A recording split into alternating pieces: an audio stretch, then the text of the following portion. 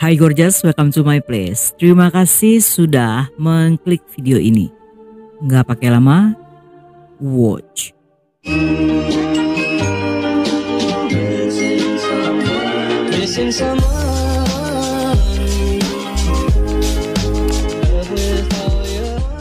Xing Peng berasal dari keluarga kaya. Orang tuanya adalah pengusaha baja terkenal di daerah mereka yang pada awalnya membangun bisnis di kota Yancheng. Setelah pindah ke Nanjing, usahanya semakin berkembang dan di kota inilah mereka mampu menambah properti serta memiliki kekayaan puluhan juta dolar. Xing Peng yang hidup bergelimang harta sangat royal kepada orang-orang di sekitarnya. Namun dia memiliki temperamen yang buruk dan sering membuat onar di sekolah.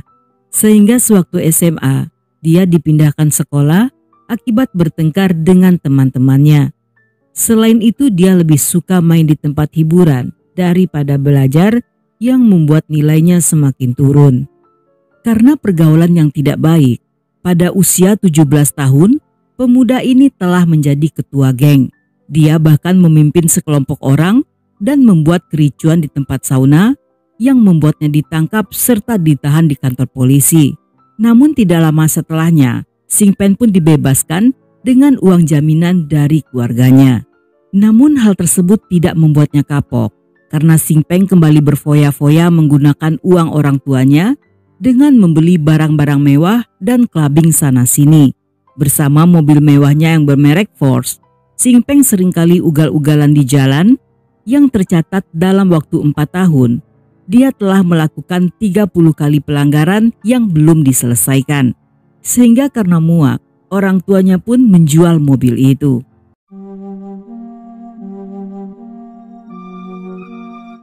Pada tahun 2011, dalam sebuah pesta yang diadakan oleh teman sekelasnya, Xing Peng bertemu seorang gadis bernama Kesin yang dulu satu sekolah.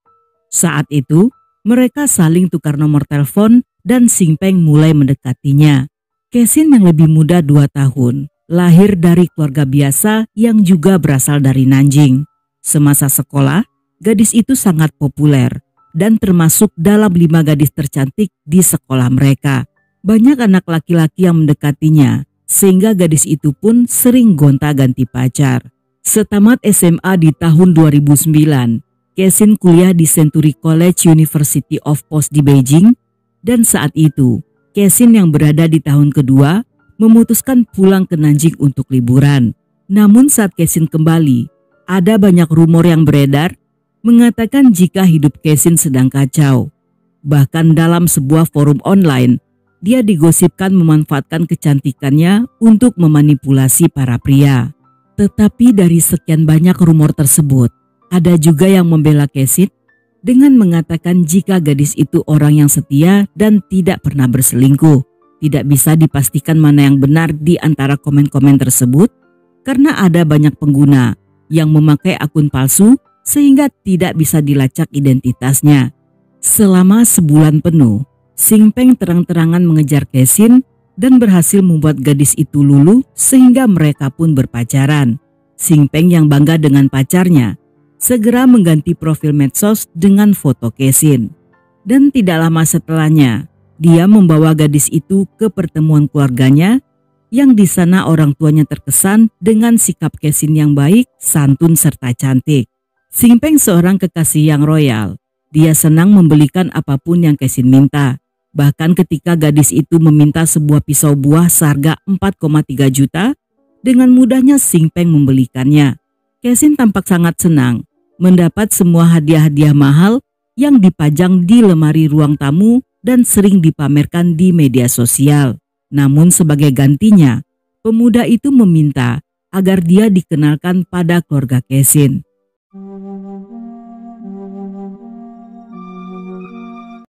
Setelah festival musim semi di tahun 2012, Kesin memperkenalkan Xing Peng pada keluarganya. Di mata orang tuanya, pemuda itu tampak sangat jujur. Hanya saja mereka agak khawatir dengan masa lalu Xing Peng.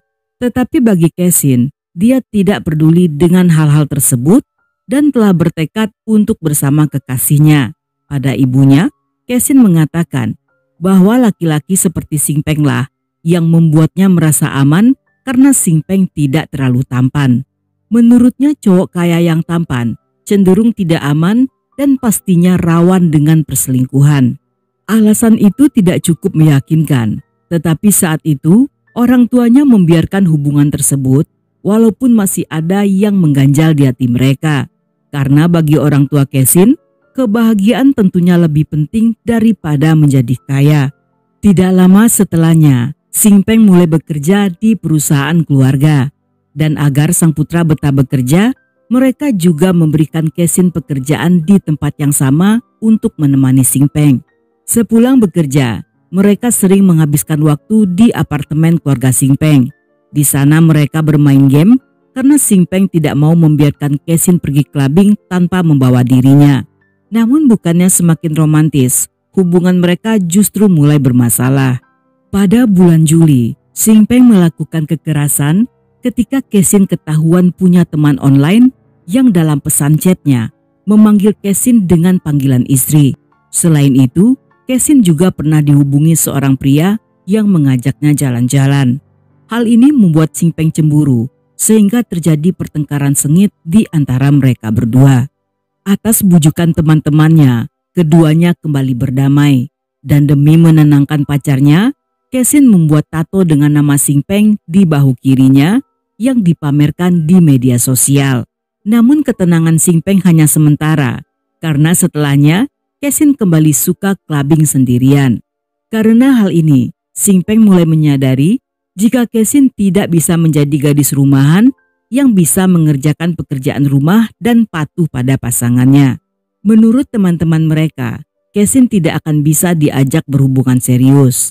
Terutama dengan adanya rumor yang mengatakan jika gadis itu penyuka pria kaya demi keuntungan pribadinya.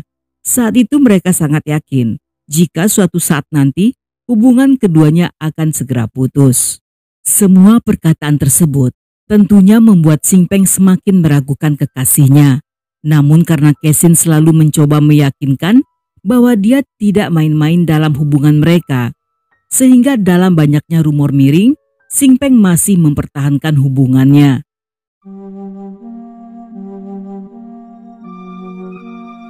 Dalam masa-masa ini, hubungan mereka tampak baik-baik saja, dan Kesin sangat senang karena Sing Peng yang royal terus-terusan memberinya hadiah sehingga lemarinya tidak muat lagi untuk menampung pakaian serta tas-tas mahal. Selain itu di awal 2012, Sing Peng juga memberinya mobil Porsche Cayman yang tentunya segera diposting di media sosial dan membuat banyak cewek-cewek merasa iri dengan kebahagiaan Kesin. Namun 2 bulan kemudian, Kesin pulang ke rumah dengan keadaan banyak luka lebam di lengannya, yang merupakan akibat perbuatan Sing Peng yang selalu curiga jika kekasihnya berselingkuh. Akibat ketidakpercayaan Sing Peng pada Kesin, pemuda itu tidak bisa mengendalikan emosinya dan akan membanting barang-barang yang ada di dekatnya. Bahkan pada satu waktu, dia memaksa Kesin memotong pergelangan tangannya untuk membuktikan bahwa dirinya tidak bersalah. Selama pertengkaran tersebut, Sing Peng menyayat lengan Kesin menggunakan sepotong pecahan kaca yang menimbulkan luka dalam, sehingga Kesin dibawa ke rumah sakit dan mendapatkan selusin jahitan. Ketika mengetahui hal tersebut, orang tua Kesin dengan tegas menentang hubungan mereka. Namun orang tua Sing Peng datang menemui keluarga Kesin dan minta maaf berkali-kali. Saat itu Sing Peng juga menunjukkan sikap tulus serta berjanji tidak akan mengulangi lagi, dan pada akhirnya mereka pun kembali bersama-sama. Namun sayangnya siklus tersebut terjadi berulang kali karena Sing Peng selalu mengulangi hal yang sama dan kembali meminta maaf. Namun orang tua Sing Peng yang telah menganggap Kesin seperti putri sendiri selalu berhasil membujuk gadis itu agar tidak meninggalkan putranya. Menurut orang tua Sing Peng, karena keduanya masih sangat muda, sehingga wajar jika hubungannya belum stabil dan sering terjadi cekcok. Dan karena keduanya saling suka serta cocok, mereka yakin jika setelah menikah, keduanya akan baik-baik saja. Orang tua Sing Peng tampaknya tidak ingin kehilangan menantu kesayangan, sehingga mereka berusaha keras mempertahankan agar Kesin selalu bersama putranya.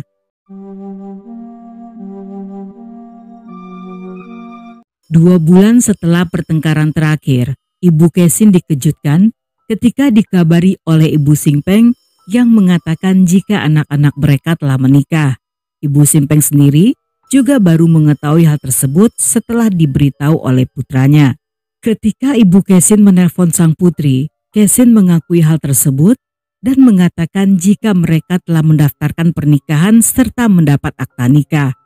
Secara diam-diam, di saat keluarga mereka lengah, keduanya menggunakan kesempatan tersebut untuk mengurus pernikahan. Kesin tidak mau memberitahu keluarganya karena selain takut akan ditentang, saat itu usianya masih 21 tahun dan belum tamat kuliah. Karena semua telah terjadi, pada akhirnya kedua keluarga memutuskan untuk mengadakan pesta resepsi. Namun sebelum pesta diadakan, pada 13 Mei, Kesin tiba-tiba mual dan muntah yang saat dibawa ke rumah sakit, dokter menyatakan dia hamil lebih dari sebulan. Walaupun hal tersebut merupakan kabar gembira, tetapi keluarga Kesin sulit menerimanya karena ingin sang putri menyelesaikan kuliah. Dan saat itu, Kesin mengusulkan untuk melenyapkan kehamilan itu yang ide tersebut disetujui keluarganya. Namun karena Kesin telah menikah, sehingga dokter meminta persetujuan dari kedua keluarga. Dan ketika mendengar hal ini, keluarga Singpeng menolak usulan tersebut. Mereka sangat senang dan mengusulkan untuk segera melakukan resepsi agar bisa menunggu kelahiran sang cucu dengan tenang. Kesin yang sebenarnya juga lebih suka di rumah daripada kuliah, pada akhirnya memutuskan berhenti dan fokus pada persiapan resepsi. Tampak di media sosial, dia telah melakukan foto prewedding yang di sana keduanya tampak sangat bahagia.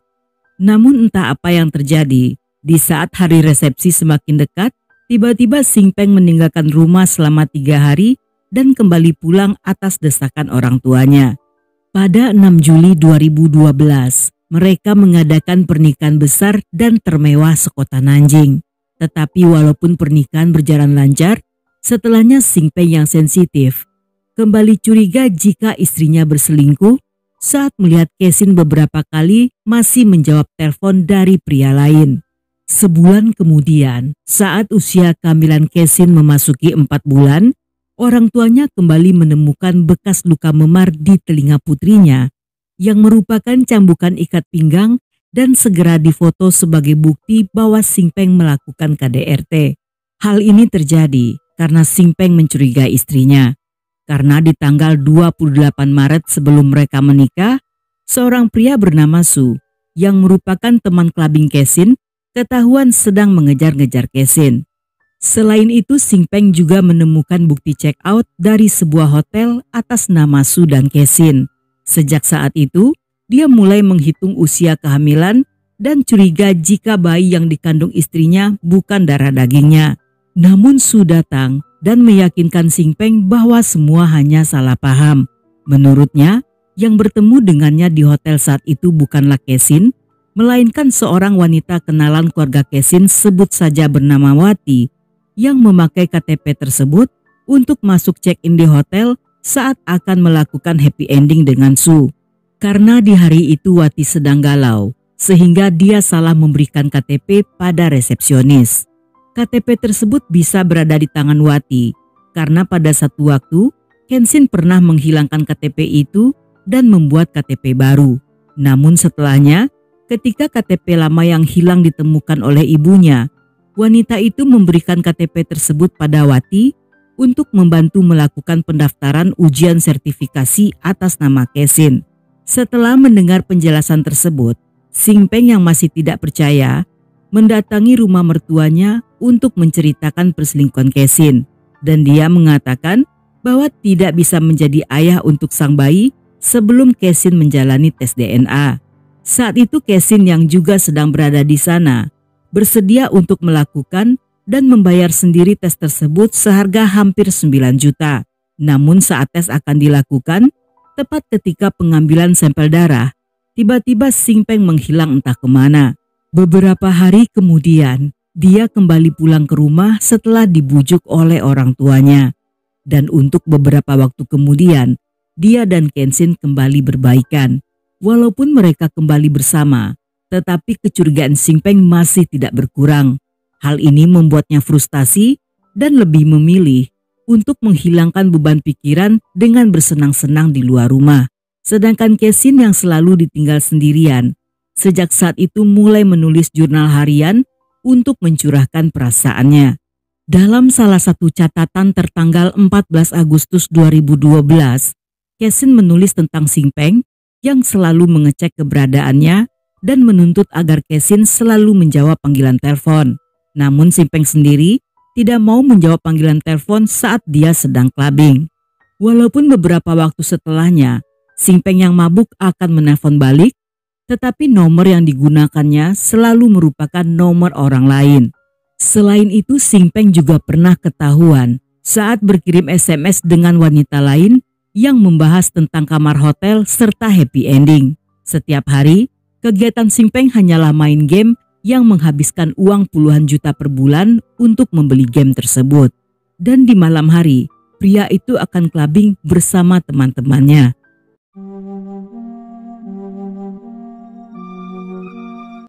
Pada Januari 2013, ketika Kenshin melahirkan seorang putri, dia berharap dengan kelahiran sang bayi, hubungan mereka akan membaik.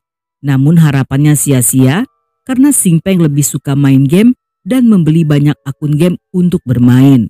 Saat itu hampir setiap malam Xing Peng clubbing dengan teman-temannya. Bahkan pria itu sudah terjangkit penyakit menular akibat terlalu sering jajan di luar. Yang untung saja, Kenshin dan putrinya tidak ikut tertular. Tidak cukup sampai di sana, tabiat lama Xing Peng kembali muncul. Dia mulai melakukan KDRT baik pada orang lain dan juga pada istrinya. Pria itu bahkan ikut-ikutan berjudi, yang dalam semalam dia menghabiskan uang sejumlah 660 juta. 4 bulan kemudian, ketika ibu Kenshin datang ke rumah Xing Peng, dia melihat putrinya yang tampak sedang stres. Saat itu, Kenshin mengadu bahwa sehari sebelumnya Xing Peng telah menarik rambut serta menyeret dan menginjak-injak tangannya. Kenshin yang sudah tidak tahan memutuskan untuk segera bercerai. Mendengar hal ini, tentu saja ibunya yang marah segera membawa sang putri pulang ke rumahnya. Dia mendukung keinginan Kenshin untuk bercerai dan berencana akan menjual salah satu propertinya yang akan digunakan sebagai modal usaha sang putri setelah nanti menjanda.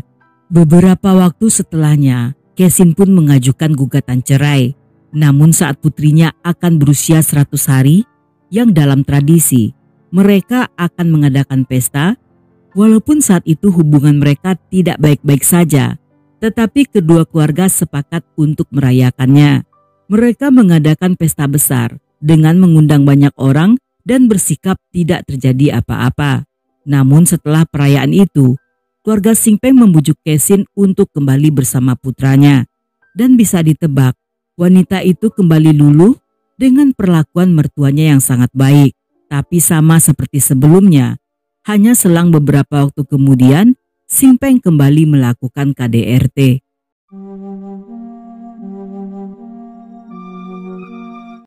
Pada malam 24 April 2013, seperti biasanya Xing Peng keluar makan malam bersama teman-temannya yang dilanjutkan dengan minum-minum di sebuah klub. Saat itu, beberapa temannya membahas tentang Kenshin dan mengomentari gaya hidupnya berdasarkan gosip-gosip yang beredar. Hal ini membuat Xing Peng sangat kesal, sehingga pria itu minum dalam jumlah yang banyak. Keesokan harinya pada jam 6, Xing Peng pulang dalam keadaan mabuk serta mulut berbau alkohol. Dengan emosi yang tidak terkendali, dia berjalan masuk ke rumah dan melihat Kenshin telah menunggunya. Saat itu dengan nada biasa, Kenshin bertanya dari mana dia semalam. Yang alih-alih menjawabnya, Xing Peng justru balik bertanya, apakah selama ini Kenshin setia dan apakah putri mereka merupakan anak dari pria lain.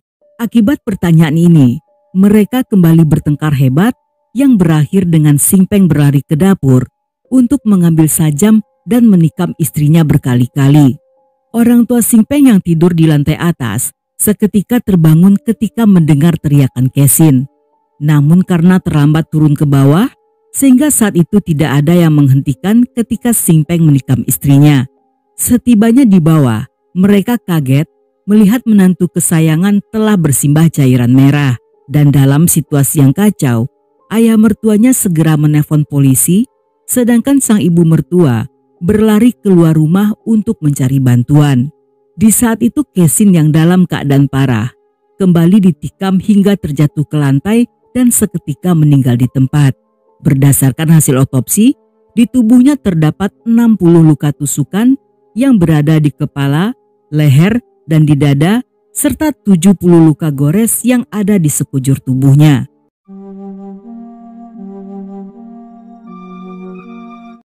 Sing Peng yang dibawa ke stasiun dalam interogasi mengakui semua perbuatannya. Namun 6 bulan kemudian dalam persidangan pertama, dia mencabut pengakuannya dan mengatakan jika Kesinlah yang pertama kali mengambil sajam ke dapur. Menurutnya dia hanya merebut benda tersebut dari tangan Kesin agar tidak melukainya. Tetapi pengakuannya tidak terbukti karena menurut polisi saat Sing Peng dibawa ke stasiun, tangannya dalam keadaan bersih tanpa luka dan di tubuhnya tidak terdapat luka akibat serangan yang membuktikan jika Sing Peng telah berbohong. Dalam sidang berikutnya, Sing Peng juga menyalahkan teman-temannya yang dianggap telah mengompori dengan membahas masa lalu istrinya. Namun ketika teman-temannya bersaksi di pengadilan, mereka mengatakan bahwa di malam itu tidak ada satupun yang membahas tentang Kesin dan hanya membicarakan tentang anak-anak mereka. Pada sidang ketiga, jaksa menunjukkan hasil tes DNA yang menyatakan jika putri Kesin bukanlah darah daging Sing Peng. Walaupun kecurigaan Sing Peng terbukti benar, tetapi saat itu kedua keluarga sepakat akan kembali berunding tentang hak asuh sang bayi. Sing Peng pun menawarkan akan memberikan kompensasi pada putri Kesin dan mertuanya. Orang tua Sing Peng bahkan mengirim pesan pada keluarga Kesin dengan tujuan meminta pengampunan bagi putra mereka agar hukumannya bisa dikurangi. Namun permintaan tersebut ditolak karena Sing Peng telah berkali-kali menyakiti putri mereka.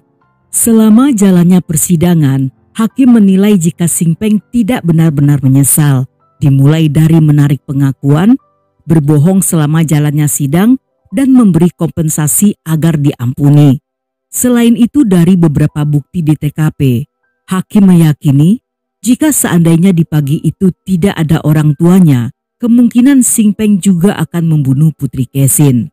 Setahun kemudian, Sing Peng divonis hukuman penjara seumur hidup dengan masa penangguhan selama 2 tahun dan semua hak politiknya dicabut, yang dimana dalam masa-masa ini, jika dia berkelakuan baik, maka hukumannya akan dikurangi menjadi penjara selama 20 tahun. Namun karena Sing Peng sering berbuat onar dengan menyerang tahanan lain hanya karena masalah sepele, pada akhirnya di bulan November 2017, Mahkamah Agung membatalkan penangguhannya dan mengganti hukumannya menjadi penjara seumur hidup. Tapi sebelum video berakhir, saya mau kasih info kalau akan bagi-bagi giveaway berupa 11 setelan keren untuk 11 orang. Dalam setiap video akan dipilih 2 orang gorgeous yang tentunya sudah subscribe channel ini. Syaratnya cukup gampang, gorgeous hanya perlu tinggalkan komentar yang nyambung dengan kasus di video. Dan gak usah khawatir karena hadiahnya free ongkir sampai ke tujuan. Terima kasih dan semoga beruntung.